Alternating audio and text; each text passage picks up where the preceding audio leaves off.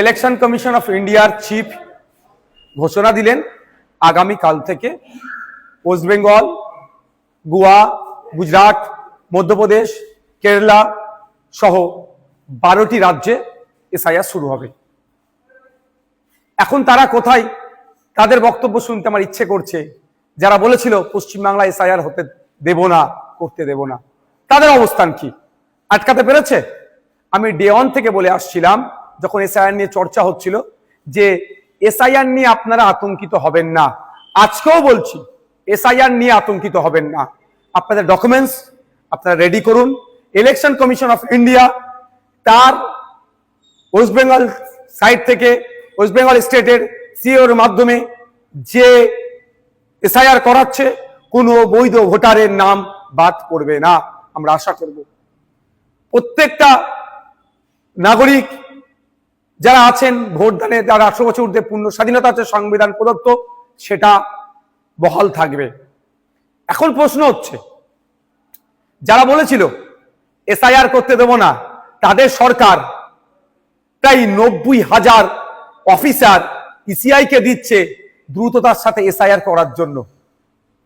এখন অফিসারগুলো এসআইআর করতে যাবে, বুথ ধরে যাবে। আমি অনুরোধ করব আপনাদের কাছে, এটা নিয়ে কেউ উত্তেজিত হবেন না। কারণ এই অফিসার যারা যাবে, তাদের আপনারা একটা বিষয় নোট করে রাখবেন, সেটা তার নাম, তার কন্ট্যাক্ট নাম্বার, সে কোন ডিপার্টমেন্টে চাকরি করে, আর তাকে এসআইআর এর জন্য ইনক্লুড করা হয়েছে তার প্রমাণপত্র আপনারা নিয়ে রাখবেন। যদি অফিসার কোনো বৈধ ভোটারকে ডি ভোটার, ডাউটফুল ভোটার, অবৈধ ঘোষণা করে, তার বিরুদ্ধে আইনত লড়াইয়ের একটা জায়গা থাকবে। এই লোকটি কে ছিল, 1 নম্বর কথা। দ্বিতীয়ত, কেউ যদি আপনাদেরকে উত্তেজিত করার চেষ্টা করে, আপনারা কারো কথায় উত্তেজিত হবেন না। কারণ 2021 নির্বাচনের সময় তৃণমূলের নেতারা বলেছিল, সেন্ট্রাল ফোর্সের সামনে গিয়ে, সেন্ট্রাল ফোর্সকে আটকাতে গেলে ঘরে যা আছে, খুন্তি, ঝাঁটা, জুতো, কুদাল, এইসব কথা অনেক বলেছিল, গিয়ে দাঁড়াবে ওদের সামনে। এই করতে গিয়ে শীতলকুচিতে সেন্ট্রাল ফোর্সের গুলিতে 4 জন মানুষ মারা গিয়েছিল। আজকে 4 বছর অতিবাহিত হয়ে গেল, এখনো কিন্তু বিচার পেল না। তাই বলবো, কারো কথায় উত্তেজিত হয়ে এই ধরনের ভুল পদক্ষেপ নেবেন না আপনারা। দেখুন, এটাতে বেশ কটা স্টেপ রেখেছে। প্রায় 1 মাস বুথ লেভেল অফিসারদের কাজ হবে বাড়ি বাড়ি গিয়ে এইগুলো সার্ভে করা, এই নির্দিষ্ট প্রক্রিয়া সম্পূর্ণ করা। তারপরে পাবলিশড হবে।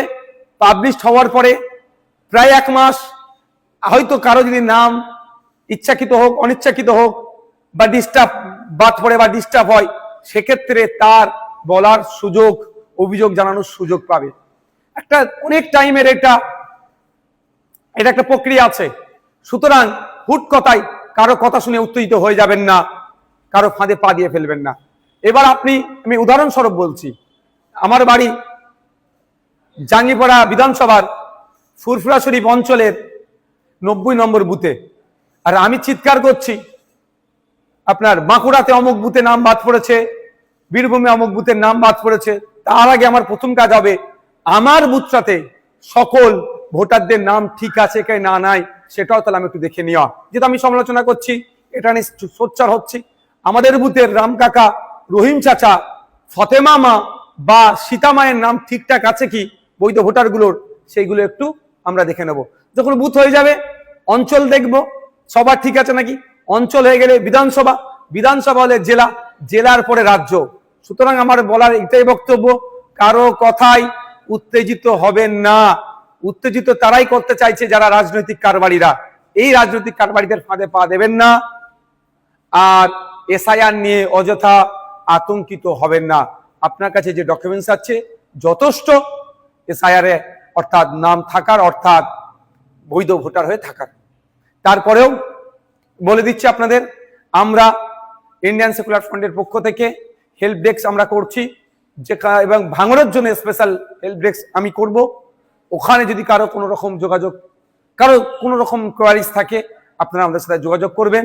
আমরা এক্সপার্টদের দিয়ে এই সমস্যার সমাধান করব।